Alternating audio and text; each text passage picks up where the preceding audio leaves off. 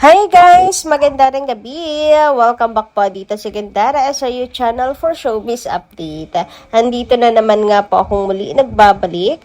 Ang nagmamaganda ninyong kachismosang Kimpa, wala na pong iba.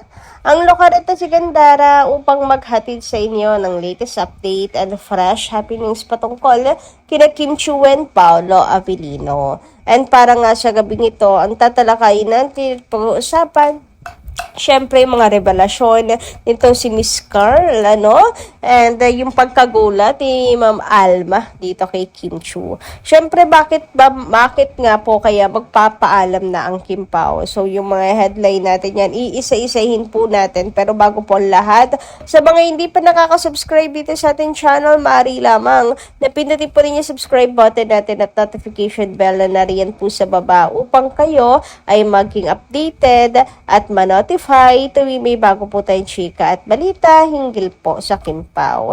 Basta mga balita na may kinalaman po kina Kim Chiu and Paolo Avellino, sagot na po natin yan. Samantala, narito naman ang mga nais nating pasalamatan at i-shout out ngayong gabing ito. Narito ang ilan sa mga comments na napili natin hinggil sa mga previous updates natin sa Kim Pao. So, unang-una na rito ang komento po ni Ma'am Emelita Brayones Mercado. Maganda rin gabi sa inyo, madam, kung nanonood po kayo ngayon. Ayun dito sa kanyang komento, ang isang babae o lalaki, kung umabot ng matagal ang relasyon, meaning loyal yan sa isa't isa. Nangyayari lang ang hiwalayan kung may matinding pinag-aawayan. Pero sa tingin ko kay Kim at Pao, matured na para ayusin ang problema. Para hindi humantong sa hiwalayan at ang God ay nasa center ng relasyon ng Kim Pao. Sana sila na forever. So, ayun, napakaganda komento, Ma'am Emelita Brayones.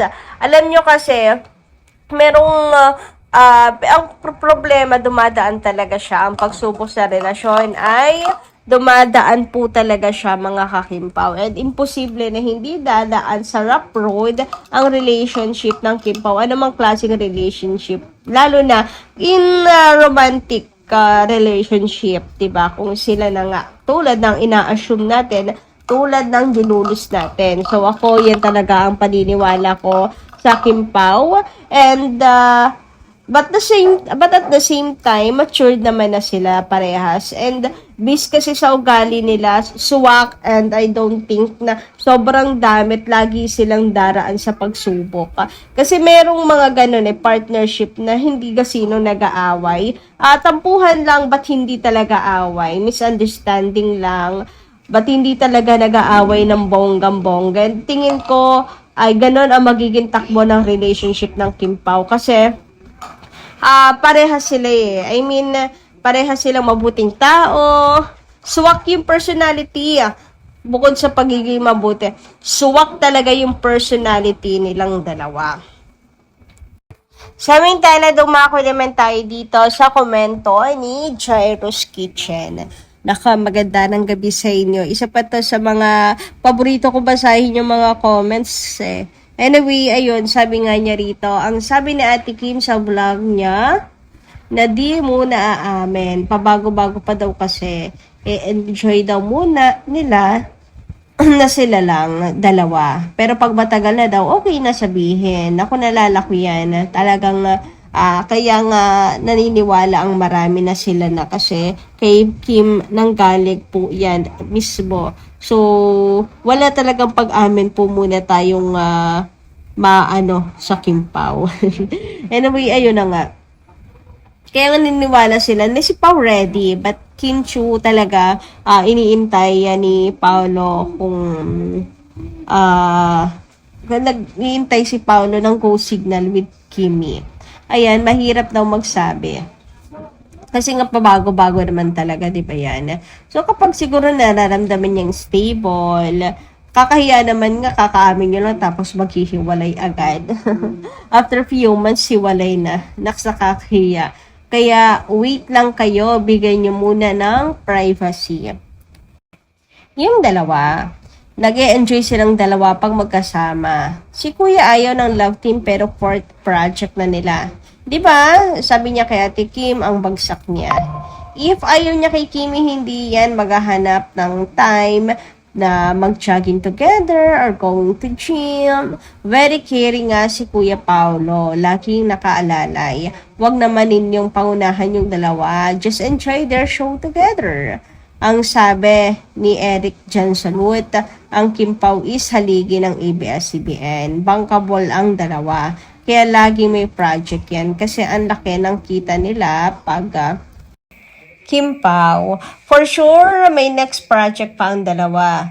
Just be happy kung ano sila ngayon at huwag na maghanap ng resibo. What you see is what you get if you are true fan ng Kimpaw. May reason yan bakit hindi sila magkasama sa after party, the launching ng The Alibay. Pero, hindi ibig sabihin, nag-cold na si Kuya Paulo. Ang mag-asawa, mag-asawa na nga, diba? Di man lahat ng panahon, ang mag-asawa, hindi naman lahat ng panahon magkasama yan. Kaya wag kayong, okay? May personal na buhay din yan sila. Panoorin nyo ang vlog, panoorin ninyo yung video sa Prime. Question and answer portion nila na sinabi pa ni Kuya Pao, pwede ba both? Yung tanong, if sino ang perfect match? Si Vincent ba or si Stella or si Kim and Pao? So parehas nga na perfect match. Kaya imposibleng magko-cold. So pinanghahawakan ko rin siya. Kaya gustong-gusto ko binabasa yung comment itong si Jairus kasi para halos parehas kami laki ng thoughts, parehas kami ng nasa utak, Anyway, dumako naman tayo dito sa mga nasagap nating balita kagaya nito. Tapos na sila Miss Sasha, Sofia at Rafael sa taping. Nag-last day na din si Angelina kagabi. Ayan yung ibig sabihin talagang tapos na po. Magpapaalam na ang Team The Alibay. Tapos na yung mga tapings nitong mga cast na to. So, ito yung mga nakapagpaalam na sila Rafael, Sofia, Sasha. So, sila yung mga tapos na po yung mga role, yung kanilang mga character. So, malapit nang matapos ang The Alibay at mabuo. So, ito nga daw parang last day na nga. Abangan natin sa mga susunod na update kung kailan naman po ang Kimpaw. So, ito yung mga character na to. Tapos na. Siyempre sila Kim and Paulo hindi pa. Kaya abangan po natin yan. Sure, mamimiss din nila, no? Of course, yung banding. Siyempre, yung generosity din po ng Kimpaw. Ayan. Paniguradong proud din sila sa project na to. Napabilang po sila sa project na to. And hope po na mapanood din po ito sa Free TV. Kasi yung iba, wala pa rin palang Prime Video. Hindi daw nila alam kung papaano. Grabe, parang ang bilis lang ng panahon. Parang kailan lang nung nag-taping po sila. Tapos ngayon, ito, may last night na, may last day of taping na. So, ang Kimpaw po kaya ay kailan. Samantala, ganun po man, meron tayo na sagat na chismis. Mukhang happy ending ang Kimpaw. Mukhang hindi naman tayo maboboke at magiging happy ending ang Kimpaw. Huy, sana nga. Samantala, ito naman po ang post ni Ma'am Carlina, ni Ma'am Carl. Okay? So, ayan. Sabi daw po, June 13, The Alibay look test. Thank you. And thank you si Miss Alma dahil naging part daw siya ng The Alibay. Yun yung sinasabi ko na thankful sila. Kasi napakaganda ng project na naging parte sila ng The Alibay. Ayan, ilang beses yon. Sabi ko, Miss Alma, parang dapat po pong pasalamatan si Kim Chu. Kasi po, siya po ang nagpakast sa inyo dito. Nagulat siya. Grabe, napakaano talaga ni Kimi, no? Nakaka-touch naman yun. Sabi ni Miss Alma, talaga ba? Bakit daw? So, teary-eyed siya. Nung nabasa po niya yung script, ikaw daw po yung nakikita niya as mama mo na. Kaya, nirequest po niya. So, ayun, grabe, nagulat po siya kay Kim. Napakabait talaga nito si Kim Chu at talagang alam din ni Kim kung sino yung bagay po sa character na yun, di ba? So, grabe. Si Miss Alma, kala mo, napakalaking artista na yan, di ba? So, isa sa mga bigating artista din. Pero, huwag ka, at very thankful, ang napaka down to earth din. So, thankful siya na naging parte ng The Alibay. Tapos, malaking gulat niya na si Kim daw pala yung nag-cast sa kanya. Grabe. So, napakataba ng puso mo, Kim. Napakabuti mo. Kaya maraming nagmamahal sa'yo.